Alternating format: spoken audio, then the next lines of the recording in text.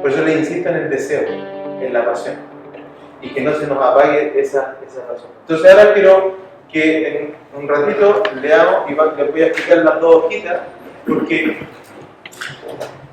ahora en la práctica, lo que les quiero hablar es que... déjenme corregir esto porque no se ve bien para que lo vean.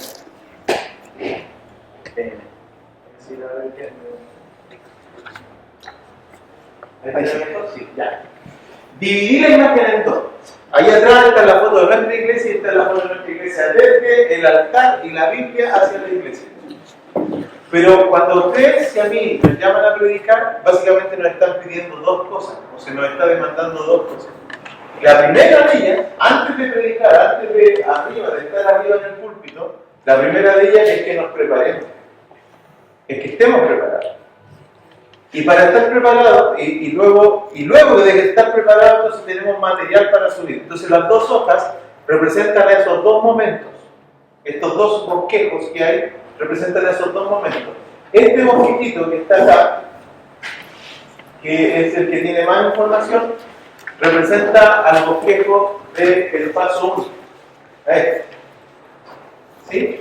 Y este otro bosquejo, que es mucho menos, o sea, que está mucho más focalizado, representa a lo de arriba. Que ustedes lo pueden usar no después, pero representa a lo de arriba. ¿Y por qué hago esta diferencia? ¿Por qué? Porque ahora que lo revisemos, a ustedes les va a pasar lo siguiente. O les pasa de repente, hoy día, cuando están preparando sus predicaciones, o cuando alguno se está preparando, le pasa que cuando estudia la palabra, ¿cierto?, tiene mucha información. Y uno empieza a estudiar el pasaje, y esto es interesante, esto se lo quiero decir, esto lo voy a decir aquí, y si toman un pasaje de 10 versículos, más aún cuando toman pasajes del Nuevo Testamento, que son muy argumentativos, que tienen muchas cosas, por ejemplo, Efesios, capítulo 1, Romanos, capítulo 3, ¿no es cierto? De repente agarramos versículos que tienen tanta información, Juan 3:16, que tienen tanta información, entonces, como tengo que predicar estos 3 versículos, tengo la presión de decir todo lo que tienen esos 3 versículos o esos 6 versículos. Esto les va a ayudar a eso, les va a ayudar a no confundirse con esa tensión. Porque todo lo que yo estudie de un pasaje no necesariamente es todo lo que yo predico después sobre el altar. Es la primera idea general que quiero mostrarles.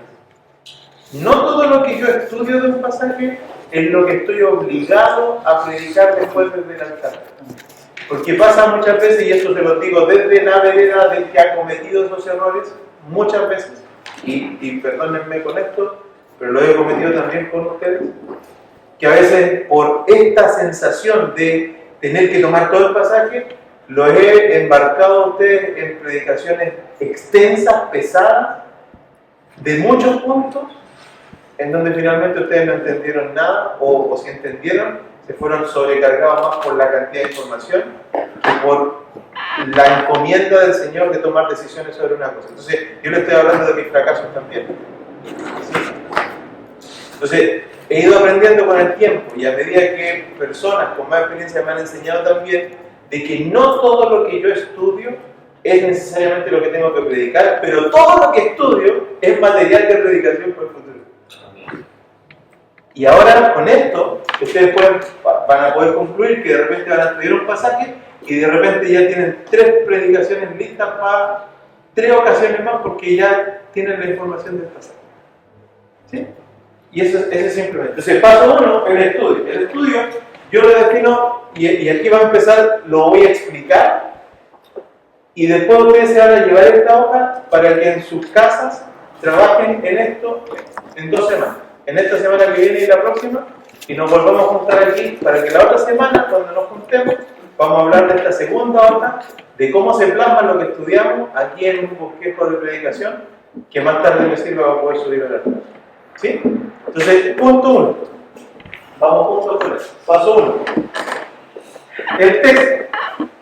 Lo único que les pido, y que por favor ustedes de nuevo vean en esto el sentido que hay de tener una herramienta que es utilitaria, ustedes la pueden complementar, esto no es Biblia, esto no es revelación del Señor, esto ustedes lo pueden matizar, cambiar, hacer como ustedes quieran, pero esto me parece a mí que es un bosquejo que ayuda a seguir una línea.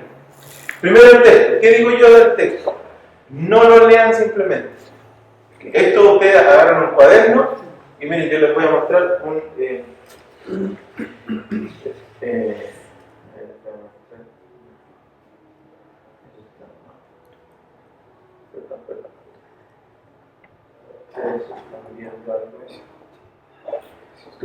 No.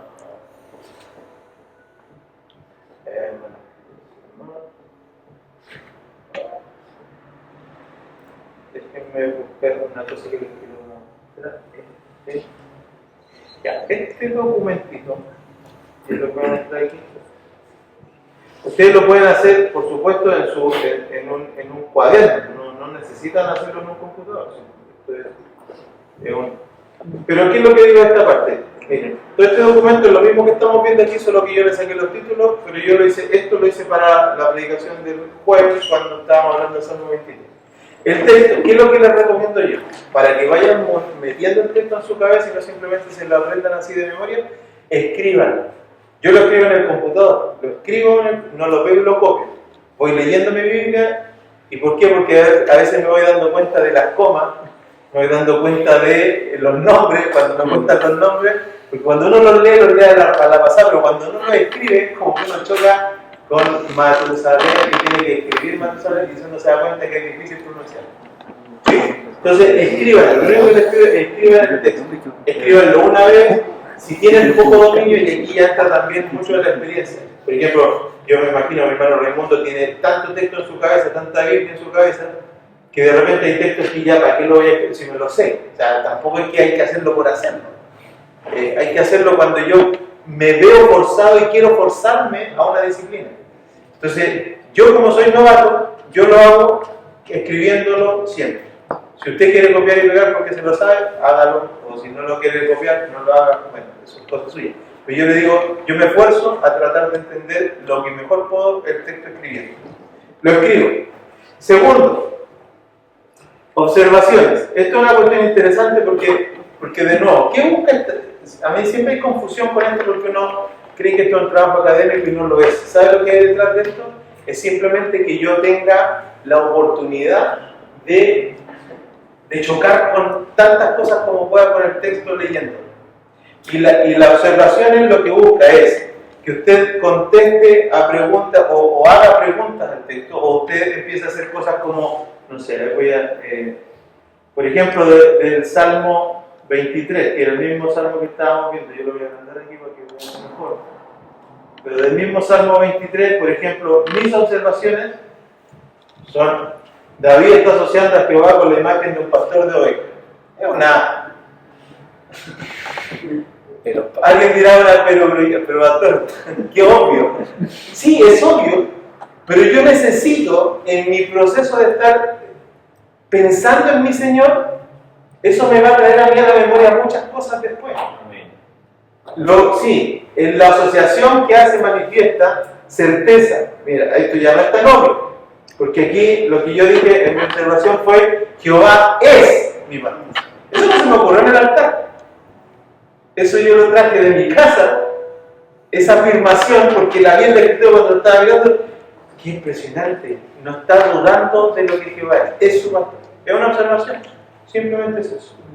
Después, el pastor es para David una figura de seguridad, de sustento en sus necesidades. Después, los versos 2 al 4 muestran, y esto no es la predicación, estos son observaciones. Son cosas que yo voy mirando en el texto y que son a veces obvias, pero las voy mirando. Verso 2 al 4 muestra la provisión del pastor. Versículo 2 provee lugar de delicados pastos y agua. Versículo 3 provee aliento. Versículo 4 provee guía. Versículo 3 provee guía. Sendas de justicia. Y voy comentando cosas. Voy haciendo observaciones simples. ¿Sí? ¿Qué propósito de nuevo tiene esto, hermano? Que cuando usted está con el texto, usted va descubriendo cosas o va haciendo afirmaciones. También hay preguntas que uno hace. Está la delegada de pasto, pero por ejemplo, fíjense en la 5. La vara y el callado son dos herramientas de pastor. De alguna manera producen aliento a la oveja. Yo decía, de alguna manera, porque a mí la figura que yo tenía de la vara es la corrección. Yo decía, es la corrección hacia mí. O sea, cuando el Señor me corrige, yo tengo que sentir aliento cuando, ¿cierto? Y después me di cuenta de que estudiantes no, pues la vara es una herramienta, el callado es otra herramienta, y la vara habitualmente el pastor ¿para qué la usa? Para defender a eso, no para pegarle a la oveja. La vara nunca está contra la oveja, la vara está por la oveja. El callado es para corregir a la oveja, pero de una manera tierna, para guiarla, ¿cierto? Entonces, el pastor la usa para defensa de la oveja, para defender la oveja. El pastor la usa para encaminar a corregir a la oveja. Preguntas que tenía, que después las contesté. Y después ya me sirvieron como información. ¿Sí? Después. Aderezar mesa, ungir la cabeza, la copa, es una manera de expresar lo que David siente. ¿Qué son esas cosas raras? Aderezar mesa. Yo me pregunto todas esas cosas porque después las contesto. ¿Me fijan? Entonces, vean, ahora quiero que vean, y ya no las vamos a recorrer todas, pero vean observaciones. ¿Cuántas observaciones del Salmo 23? 16. ¿Son pocas? ¿Son muchas? ¿Quién sabe? Usted podría escribir más. Usted podría tener más dudas que yo, o usted podría tener menos dudas que yo, pero lo que no puede pasar en un proceso de estudio es que yo no tenga ni una. Porque no me va a decir usted que si usted lee, tiene todas las consideraciones y todas las afirmaciones ya listas del versículo que está leyendo. Probablemente hay cosas que no sabemos. Y hermano, y esto es un ejercicio que le insisto, es un ejercicio simple, lo puede hacer en su cuaderno. Usted está orando al Señor, Señor, ¿qué significa que tú estarás conmigo? Señor, ¿qué significa esto? ¿Qué significa esto? Y vamos hablando de eso. Después hay otro elemento, en este proceso, insisto, esto es un proceso de estudio, no es para hacerlo en un día, que es otra cosa que a veces nosotros, los predicadores, me toca mañana, entonces el día me mato estudiando toda la noche para predicar mañana. Malo. Malo, ¿por qué? Porque se va a cansar, porque se va a frustrar, porque no lo va a hacer y después no va a seguir esto constantemente. No lo haga. Yo empiezo el lunes y el lunes escribo y hago observaciones. El martes hago otra parte, me devuelvo de nuevo a las observaciones. Se me ocurre otra cosa, voy para allá, voy para acá. Al viernes recién empiezo con la hoja 2. El viernes recién estoy con esto. El día sábado los temas y el día domingo estoy toda la tarde cabeceando, a ver si lo hago o no lo hago, si lo digo o no lo digo. Entonces después, hermanos, histórico, contexto histórico o contexto. Yo les puse aquí a ustedes otra cosa, contexto. ¿De qué se trata el contexto? Se trata de que ustedes no solamente miren el texto que están leyendo, sino que se pregunten, ¿de qué se trata el capítulo?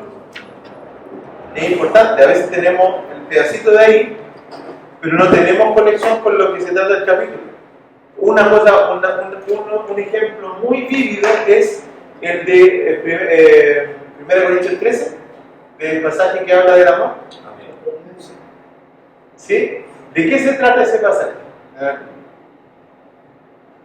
¿De qué está hablando Pablo cuando está hablando? ¿Se está definiendo el amor? No. Nos vamos a dar cuenta que es del capítulo 12 al capítulo 14, pasando por el 13, el 13 es como un interludio de una cuestión que está pasando, está hablando de la corrección de la iglesia. Yo creo que está poniendo a prueba un cristiano real. Por supuesto, o sea, está poniendo a prueba un cristiano real. Y en el contexto, ahora, cuando uno ve, y después la segunda pregunta, porque aquí yo les digo, ¿de qué se trata el capítulo? Es una cosa, pero ¿de qué se trata el libro? O la carta completa a Corintios. Corintios no era un dulce de una oda al amor. No era cantar de los cantares. Corintios, Pablo le está dando a esa iglesia, pero por todos lados para que se arrepientan. ¿Sí? Entonces, es importante, hermano. Bajo ese mismo concepto, mi pastor, y también es importante porque una vez lo cometía el error, yo lo voy a decir con una persona, muchas veces lo dije igual, ya, tratando de aludir a la iglesia, ¿no es cierto?, para que se pueda, la iglesia, digamos, entusiasmar con el estudio de la palabra. Aludí al texto de Juan 5:39, donde dice que escudriñad las escrituras porque en ellas parece encontrar el camino que llevará a la vida eterna. Pero bajo el tema que estamos tocando ahora, ese pasaje bíblico que muchas veces yo lo utilicé y que muchas veces también he escuchado a predicadores, no alude precisamente, si bien es cierto, suena bonito para llamar la atención a alguien para que estudie, pero no alude precisamente, o el contexto no va a que la iglesia o las personas, digamos la audiencia original, se preocupen de estudiar la Biblia. Es más que nada ese contexto de llamado a atención a personas fariseos que, digamos, utilizaban las escrituras precisamente para hacer lo contrario. Exacto. Sí, la consideración aquí cuando nos hacemos estas preguntas es precisamente validar esas cosas. No vaya a ser que esté diciendo de nuevo, ¿por qué razón? Porque quiero ser fiel. Por los principios, ¿me entienden? Esto simplemente es una herramienta para poder, porque lo que me define son los principios, no esto. Esto es una herramienta, pero lo que me define son esos principios. Quiero ser fiel a lo que el Señor dijo, entonces como quiero ser fiel, yo me voy a preguntar, está bien, este texto me dice esto, aparentemente dice esto, pero ¿de qué se trata el capítulo? Se trata de lo mismo. ¿Y de qué se trata el libro? El autor está hablando de esto, es el tema del asunto. Después, ¿quiénes son los receptores? Porque de repente pensando en los receptores yo me doy cuenta de los énfasis del asunto. No es lo mismo, ¿no es cierto?, Pedro predicándole a los fariseos, ¿cierto?, que Jesucristo predicándole a la samaritana. No es lo mismo. No es lo mismo Jonás predicándole a los ninivitas. ¿Cierto? Son elementos distintos, son cuestiones distintas, énfasis distintos. No es lo mismo Esteban predicándole al etíope cuando le está explicando la Escritura. ¿Cierto? Son cosas que nosotros debemos como tratar de entender y simplemente para ir, digamos, teniendo más seguridad de lo que estamos diciendo. Eso es lo que estamos buscando aquí, seguridad. Que yo cuando diga algo, me parece que ahí lo decía, son los cantinfleamos harto así. Me incluyo, si no es que estoy acusándolo a usted, pero cantinfleamos de repente por falta de seguridad. No porque no lo diga la Escritura, pero por falta de seguridad nuestra del predicador. Entonces, esto nos ayuda a eso. Bueno, el contexto. Entonces, estamos hablando. Ahora, hermanos, si tienen comentarios o alguna duda o quieren hablar de alguna cosa respecto a esto, está bien que lo hagamos. Estamos trabajando juntos a ello. Después del contexto, o sea, después de hacer observaciones, después de pasar por el contexto, ¿cierto? Que aquí yo le puse contexto histórico, pero acá le puse contexto nada más porque es mucho más amplio. Después hay un elemento que yo le puse aquí, dice la lógica del texto. ¿Y esto por qué se lo puse así? Para cuando ustedes y lean aquí junto conmigo lo que dice el Susokita, dice: si solo tuviera este texto, ¿qué es lo que dice? No espiritualice. Solo interprete el sentido natural de sus palabras. ¿Sí? Solamente el sentido natural de sus palabras. Si es necesario, separe el texto por oraciones y frases. Si el texto es una historia o una narrativa, busque otros elementos. Por ejemplo, el clímax de la historia. Hay una diferencia entre predicar, ¿no es cierto?, un texto como Romanos a predicar un texto como David y Goliat. Porque en Romanos nosotros estamos buscando frases, afirmaciones, palabras, el pecado, la muerte, salvación, ¿qué significa? Le ponemos énfasis como a cosas, partículas mucho más pequeñas. Pero cuando estamos en una historia, ¿qué sacamos de la palabra, ¿cierto? Y fue valiente? Y a veces nos embarcamos con esa misma cosa y valiente significa que tenemos, y les hacemos toda una apología de la palabra valiente, cuando en la historia lo único que significa, ¿no es cierto?, es que era valiente, pero el problema de la historia es otro. Las historias hay una diferencia. Miren, las historias, para que ustedes se den cuenta en la narrativa, tienen un problema, tienen un clímax y tienen una manera de cómo se solucionan. Cuando yo pienso en una historia, tiene esos elementos. Si yo me preocupo de saber cuál es el problema, me preocupo de saber cuál es el clímax, qué es lo que pasó en el momento cúspide y cómo se soluciona ese asunto de forma clara. Una historia. Y en análisis lógico o pensando en la lógica del texto, yo estoy tratando de descubrir eso. Y lo que yo hago de manera personal es que yo separo el texto y lo voy separando por puntos, por comas, voy tratando de organizarlo y voy poniendo al lado cosas que se me ocurren. O sea, cosas que veo en el texto. Provisión física, provisión espiritual, manifestación de confianza, actitud, qué sé yo. Cosas que me van mostrando lo que dice el texto simplemente. No trato de agregarle ni ponerle, sino que simplemente comento al lado del texto lo que él dice. ¿Y por qué le puse lógica? Porque en el fondo aquí no me estoy apoyando, piensen en esto, miren, no le he hablado de comentarios, no le he hablado de diccionarios, no le he hablado de ningún otro recurso adicional que nosotros y el texto. Me estoy cabeceando solo, pues señor, ¿dónde saco? Quizá es Juan, y quizá ahora puedo ver de Juan sus cartas, y puedo mirar el Apocalipsis, y puedo mirar otras cosas para ver qué dice Juan, pero estoy solamente con la Biblia. Estoy con la Biblia. Y después que hago eso, yo trato de parafrasear y me hago como una idea de todo el texto. ¿Me entienden? Como estoy en el sala y ahora trato de parafrasear todo el texto con una idea mía. ¿Por qué? No sé si alguien no entiende lo que es parafrasear. Parafrasear es decir lo que está escrito con mis propias palabras.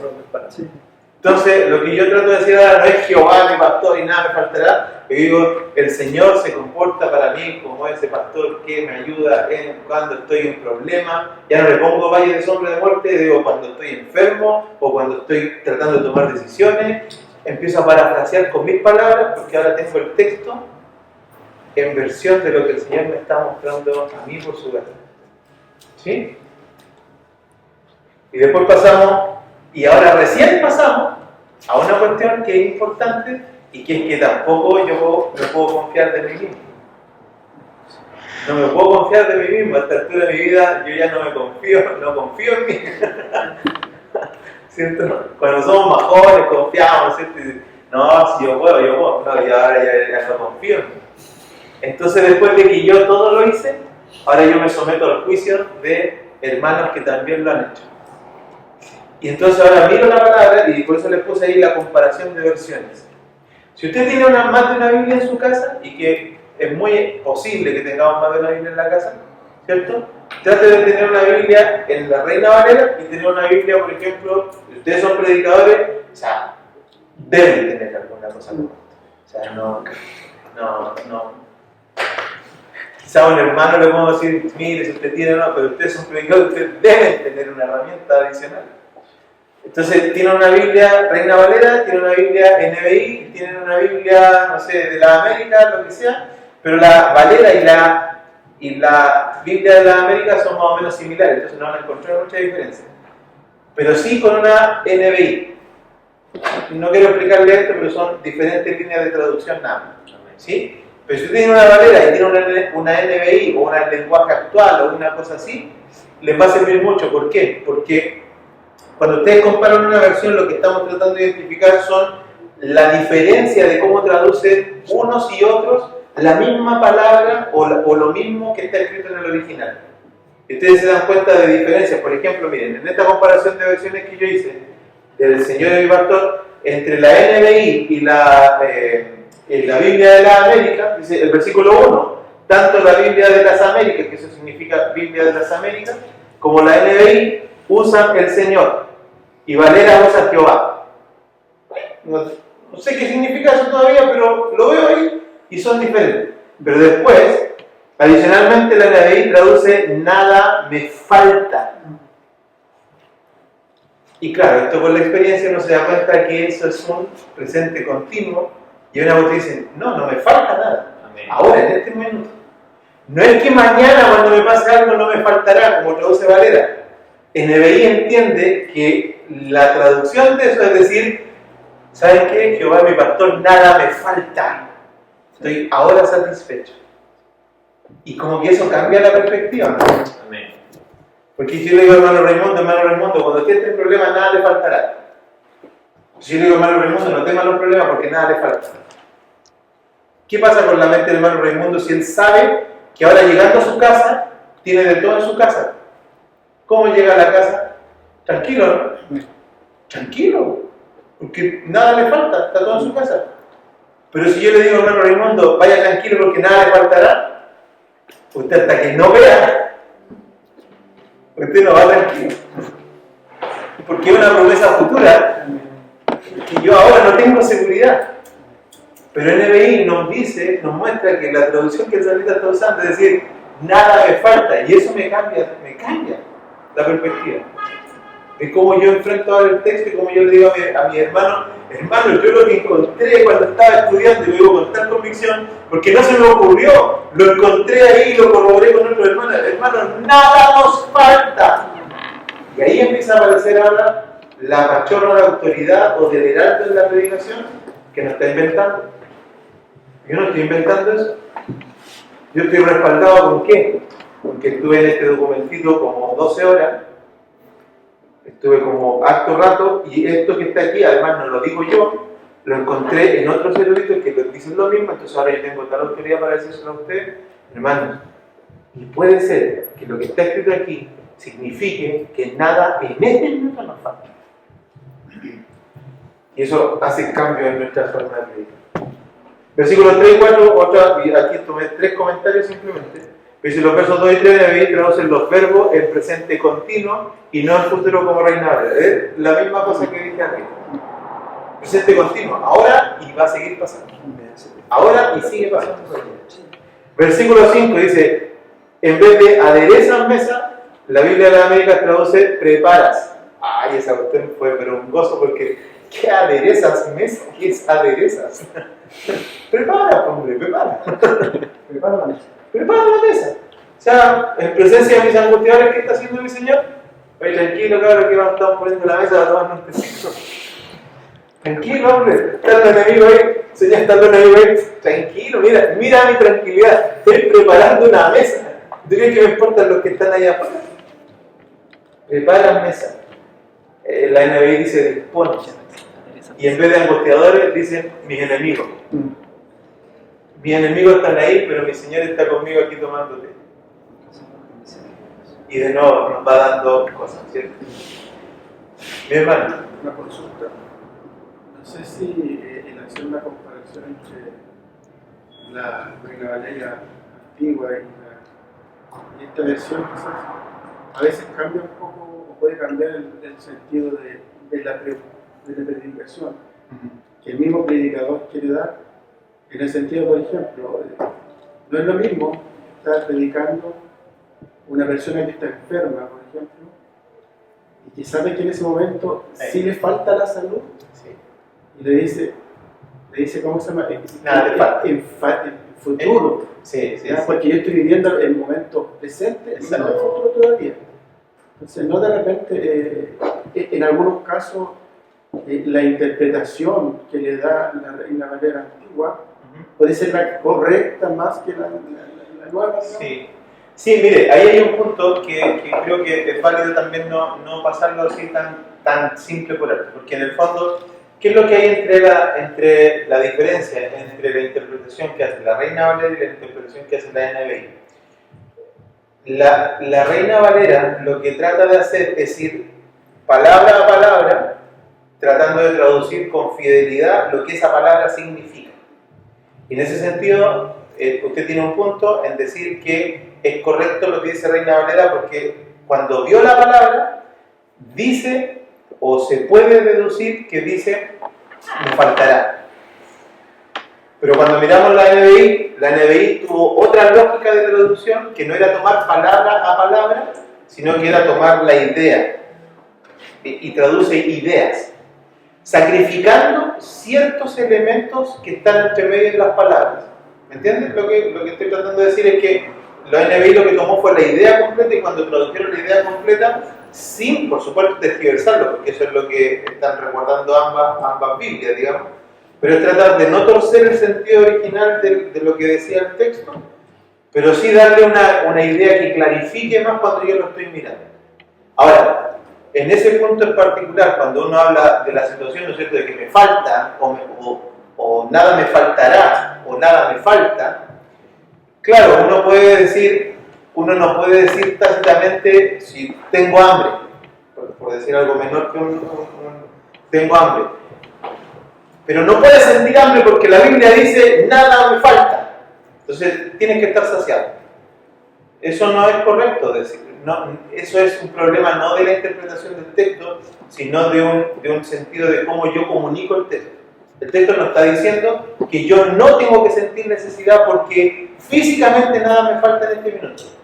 Lo que está comunicando el texto es que como Él es mi pastor, yo puedo descansar en que aunque haya enemigos, porque la presencia de los enemigos está, la presencia de la enfermedad está, la presencia del hambre está, la escasez está, yo puedo sentir confianza en que el Señor está conmigo. Eso es lo que dice el texto. En ese sentido, no sé si me aclaro lo que yo entiendo más o menos dónde va usted, que usted me dice, mi pastor, si una persona que está enferma en este minuto, ¿cierto? Yo no le puedo decir, no estás enfermo, porque el Señor está contigo. Pero eso no es lo que está diciendo de nuevo el texto. Lo que el texto está diciendo que en medio de esa enfermedad, a pesar de que ande en valles de sombra, porque así dice el texto, aunque ande, no es la posibilidad futura, aunque ande en valles de sombra de muerte, no temeré. Entonces lo único que hace NBI es decir, si yo ando, entonces ¿cómo no temo? Es porque nada me falta. Cuando yo ando, nada me falta. Cuando ande, nada me faltará. Cuando ando, nada me falta. Es como tratar de mostrar que la idea no es aseverar que estoy libre de o en ausencia de temor o en ausencia de peligro, sino que la presencia del pastor me hace sentir confiado. Eso es como un poco la tónica. Si alguien trata de interpretar o de hacer sentir a alguien que no sé, porque la presencia del Señor hace que todo se termine, eso el texto en ninguna parte lo dice, porque yo de hecho lo dije en uno de los comentarios de arriba, dice, el texto muestra la presencia de problemas. Muestra la presencia de problemas. Están los valles de sombra de muerte, están los enemigos, son reales, no los omito. Y estando con el pastor. Estando con el pastor. ¿Sí? Entonces, lo que hace de nuevo la comparación de versiones es ayudarnos a eso, a poder tener como ideas. Ahora, usted como predicador, aquí tiene una tarea, como administrador, usted tiene que tomar decisiones. Usted tiene que tomar decisiones. Por eso es administrador, si no se la damos hecha. ¿Sí o no? Si no, el Señor hubiera dejado todo escrito hechito para que llegáramos y dijéramos, aquí esto es, así que vean ustedes. Por eso es que tenemos este problema. O sea, por eso es que tenemos que ayudar, porque tenemos que tomar decisiones de cómo vamos a comunicar. Y en verdad, y hermano Rubén, cuando uno se para a predicar, uno no se para simplemente con lo que aprendió de aquí, sino que además uno se para con la realidad de su congregación. ¿Sí? Se para con la realidad de su congregación. Y tiene que ser sensible también a las necesidades de la iglesia, y hay que ser también precavido en ser un heraldo y no un justiciero. Porque a veces, y esto va al comentario, porque cuando a veces nos paramos ahí arriba y agarramos a palo gratuitamente o decimos cosas que ofenden o que hieren a nuestros hermanos sin que el Señor haya querido hacer eso. ¿Sí?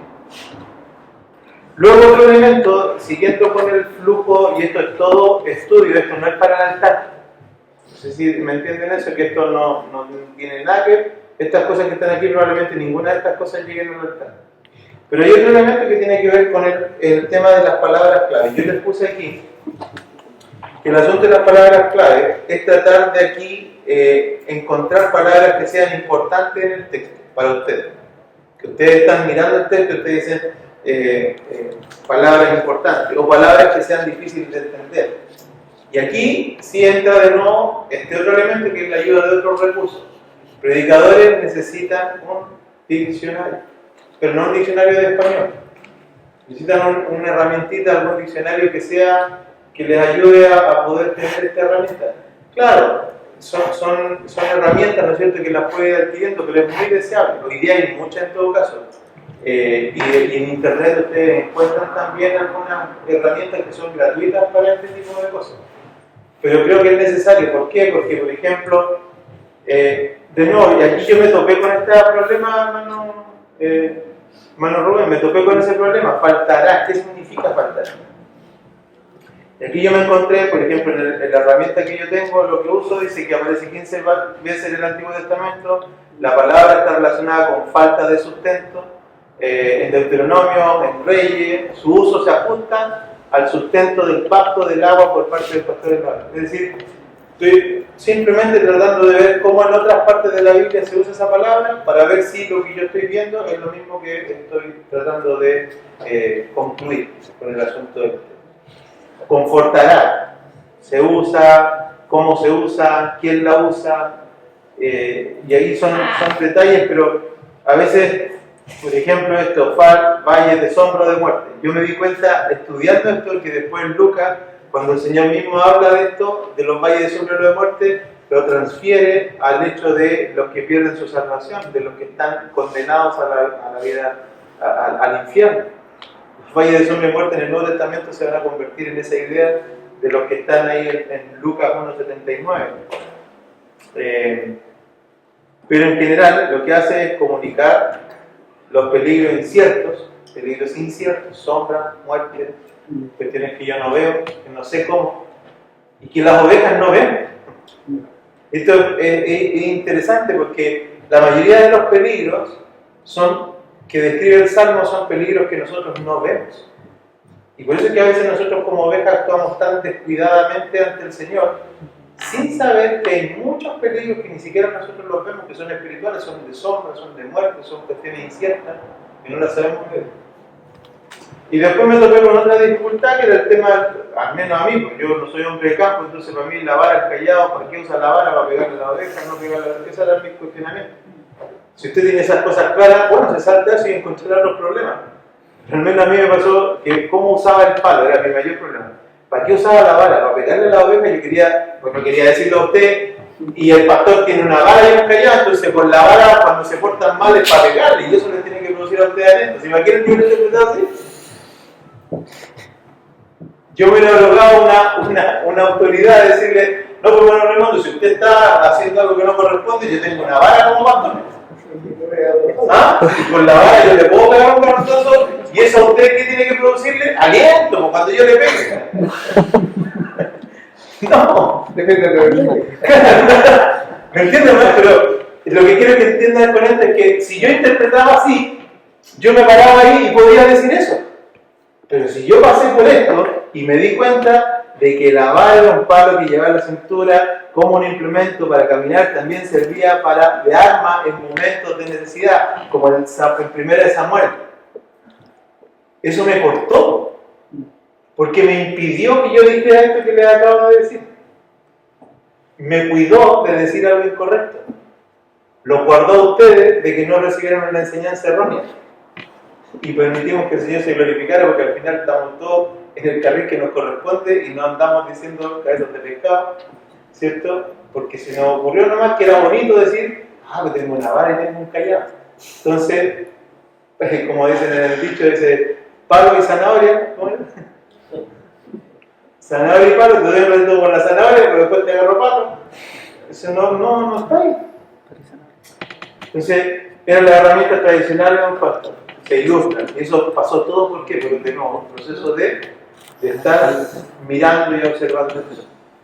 ¿Y qué concluyo yo con eso? David podía descansar en la protección de Dios y en la eficacia de sus herramientas. ¿El pastor va a usarle el palo para pegarle a la oveja? No. Lo va a usar para defenderlo.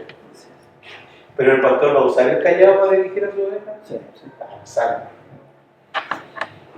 Y entonces David, ¿qué decía? Yo descanso, porque yo sé que el Señor va a usar conmigo esas herramientas con eficacia. Entonces yo no le temo a la justicia de Dios. La justicia de Dios el Señor la va a aplicar contra los que merecen como pecadores su justicia, y conmigo también. Pero la gracia que yo tengo es que estoy en Cristo. ¿Cierto? Unge en mi cabeza cuestiones que para mí eran difíciles de entender.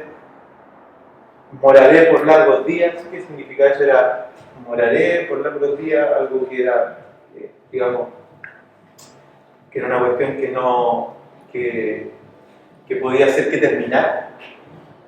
Y claro, me di cuenta en un comentario, y esto sucede en una de las Biblias que tengo, que es una Biblia de comentarios, se dice que la traducción podía ser volveré, pero como se tomen, reconocen ellos, es que David espera que por la gracia de su Señor estas oportunidades sean continuadas en íntima comunión. Eso fue algo también revelador, ¿me entiendes? O sea, cuando David está diciendo, y moraré por largos días, ¿qué está diciendo? La frase anterior decía, aderezan mesa en presencia de mis angustiadores, ungen mi cabeza con aceite, mi copa está rebosando. Ciertamente, el bien y la misericordia de Jehová me seguirán todos los días, de tal manera que en la casa de Jehová moraré por largos días. Está diciendo, voy a disfrutar de esto muchas veces en la casa de mi Padre. Lo voy a disfrutar. Muchas veces voy a estar en esa comunión de la mesa, porque qué cosa más íntima hay para ese tiempo que alguien ponga la mesa y nos invite a comer. No había ni una relación más estrecha que esa. En personas digamos, que la relación de íntima de esposo y esposa. Pero en términos sociales, ¿cuál es la cosa más íntima que tú podías hacer? Invitar a una persona a tu casa, servirle la mesa, ungir su cabeza con aceite y darle alto. Y David está diciendo, yo esto lo voy a disfrutar, pero todas estas veces lo voy a disfrutar. Y ahí de nuevo, hermano, cuando ya pasaron por todo eso, pasaron por darle vuelta a los comentarios, a las observaciones, pasaron por ahí, pasaron por acá, están en condiciones ahora de proponer. Y esto, no se asusten con esa palabra exegética, porque exégesis significa nada más que extraer del texto una propuesta. ¿Qué quiere decir esa frase entonces? Es decir, ahora yo puedo proponer lo que saco del texto.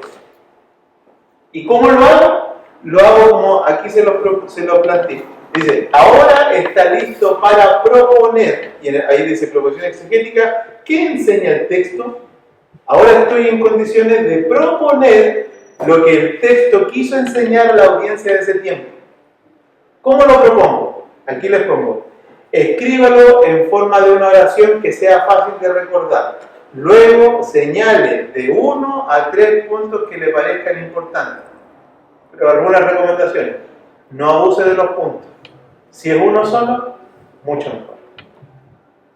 Aquí no se trata de que la aplicación más bonita o el estudio más bonito es el que tiene 25 puntos que yo quiero decir ahora porque o son 7 puntos o son 3. Habitualmente yo trato de medirme a no más de 3 puntos.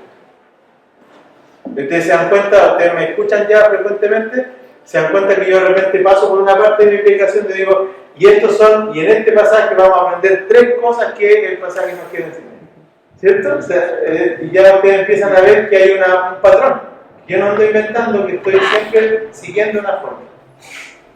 3 cosas. ¿De dónde nacen esas 3 cosas? Nacen de una propuesta que yo hago de lo que el texto quiere decir. Entonces, por ejemplo, en mi propuesta, yo lo que dije fue, David está expresando alabanza y reconocimiento del sustento, la restauración, la guía y la compañía de Jehová a lo largo de su vida. Eso es lo que yo creo que está enseñando el texto. Creo no estar lejos porque ya pasé por todo ese proceso y cuando llegué aquí ya tengo toda esa cosa en mi cabeza y estoy tratando de proponer. Lo hace usando la figura metafórica de un pastor de ovejas para comunicar la cercanía que ha experimentado con Dios en su caminar. Es una oración, o 2 oraciones, como quieran llamar. Pero traten de hacer ese ejercicio no por una cuestión académica, sino por una cuestión de que se les va a hacer más simple. De hecho, algunos pastores decían en broma, que si uno quería estar seguro de que ya estudió lo suficiente, uno debiera ser capaz de decirle a su esposa de lo que se trata el texto que va a predicar en una oración, que es más o menos esto mismo que estábamos hablando. Entonces, si usted le dice algo a su esposa le pregunta, o a algún amigo le pregunta, oye, mañana qué voy a predicar, no va a predicar el Salmo 23. ¿Y qué significa el Salmo 23? Y tú empezás a decirle algo y no te entiende, entonces te falta. ¿Y de qué se trata el Salmo? No, se trata de esto, de que vienen los marcianos y el Señor es capaz de darte un palo para ganar la palo todo. O empezamos a entrar la historia y nos empiezan a mirar así. Y necesitamos explicar, es porque probablemente nos falta esa simplicidad, que es todo un desafío, hermanos. Esto no es, de verdad se lo digo, no. Es difícil ser simple. Es difícil ser simple, pero es algo que debemos tratar de buscar. Aquí ustedes se dan cuenta que hay 2 cosas que yo puse. Una proposición de lo que dice el texto, de la exégesis, y luego, aquí dice distinto, pero en su hoja, miren en su hoja dice una idea de sermón. ¿Sí? ¿Por qué hago la diferencia? Por lo que les dije al principio. Porque no necesariamente todo lo que estudiamos tiene que ser predicado en un sermón. ¿Sí? Al pensar en David, ahora ustedes pueden tomar la decisión de hacer una predicación, por ejemplo, si es mucha información, panorámica. Y decir, no voy a profundizar hasta allá, me voy a ir por la orillita, pero voy a decir de todo. O ustedes pueden decir, voy a tomar una porción y me voy a meter hasta el fondo. ¿Sí? Esa es la idea de esto. Entonces yo de aquí, por ejemplo, podría yo decir, esto de incluso, por ejemplo, si ustedes quisieran, podrían ser casi que tres predicaciones distintas. 3 predicaciones distintas. El Señor se reveló como nuestro pastor. De hecho, para mí esto fue un problema en la predicación del jueves, porque cuando yo no hablé de la provisión, ustedes se dieron cuenta, ni siquiera agarré los pastos, el agua, sino que lo único que recorrí, si se dieron cuenta el jueves, fue cómo la Biblia muestra que el Señor es nuestro pastor. Fue lo único que hice, no tuve tiempo para hacerlo. Pero tenía toda esa información. Pero la dejamos fuera. Entonces, lo que digo es que nosotros terminamos esta hoja tratando de dejar ideas de predicación aquí, ideas de cosas que yo puedo predicar. Yo puedo predicar de la fidelidad del Señor, puedo predicar de la compañía del Señor, puedo predicar de lo que significa el Señor como pastor, puedo predicar de un montón de cosas que las tengo aquí, y ahora cada predicación después, yo ya tengo una base de estudio que me va a servir para no venir a decir cualquier cosa, sino que ya tengo. Y en esto, hermanos, ahora quiero que me entiendan que cuando yo les pido que hagan este ejercicio como predicadores, lo que les estoy pidiendo es que se ayuden a ustedes mismos, a no sufrir cada vez por la predicación. No sé si lo ven así, porque si les pido que ustedes hagan este ejercicio honesto, después ustedes tienen material para 2 o 3 cuestiones y no tienen que andar sufriendo, porque ya se acuerdan de algunas cosas. Ya no es tan terrible predicar. Y después vamos a pasar la próxima semana a esta otra. Entonces, ¿qué quiero ahora? Que hablemos un poco, que ustedes me cuenten sus dudas, que comentemos esto, dudas respecto a esto. Y esta va a ser una tarea como predicadores para 2 semanas más, ¿cierto? Para que traigan ahora esto en su cuaderno, escrito en computador, como ustedes quieran, pero traiganlo hecho. Si les faltan recursos, ustedes me pueden preguntar y yo les paso diccionario, les paso comentarios, les paso lo que ustedes quieran, les compro libros si quieren, pero los predicadores no pueden no tener la capacidad de hacer este documentito que es fácil, o sea, no es fácil, pero creo que es posible que lo podamos hacer. En nuestras capacidades. Yo honestamente no es mi deseo presionarlos a cosas que les sean absolutamente difíciles de hacer, pero creo que pueden hacer un esfuerzo cada uno de ustedes en su realidad